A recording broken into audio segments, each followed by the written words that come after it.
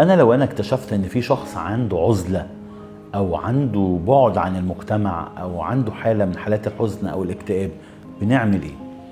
اول حاجة انا لازم اراقب الشخص اللي قدامي واكتشف هو بيعدي بأنهي مرحلة.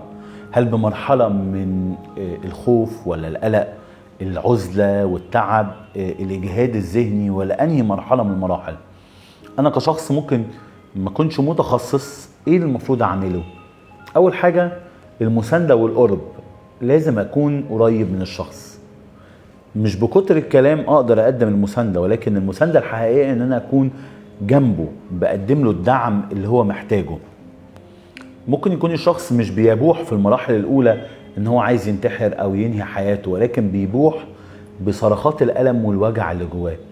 مش كده لما تلاقي شخص جنبك موجوع، ما ينفعش أنت تقول له تعالى نتكلم، فكده هو خرج من الألم والوجع، أو تعالى نخرج، فكده هو خرج من الألم والوجع. المساندة الحقيقية أنت لو اكتشفت إن في شخص قدامك متألم وموجوع، ابدأ خده لمتخصص. فكرة متخصص هي المنطقة الأمنة لمساعدة أي شخص.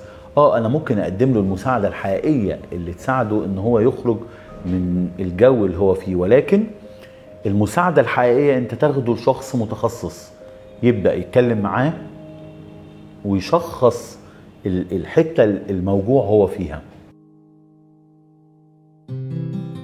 أسر كتير من اللي بيبقى عندهم حد منتحر أو فقدوا حد عن طريق الانتحار بيجوا تملي يقولوا جملة يا ريتنا كنا ادينا لهم وقت، يا ريتنا كنا سمعناهم، يا ريتنا كنا خدناهم للمتخصص.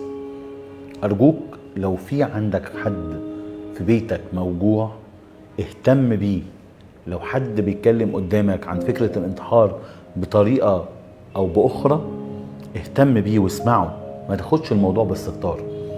خده لمتخصص، خده لدكتور نفسي، خده لأخصائي نفسي، خليه يقعد مع لايف كوتش. المهم الشخص يلاقي حد يسمعه بطريقة تقدر تفيده، مش بس بطريقة ان هو يفرغ الكلام وبس.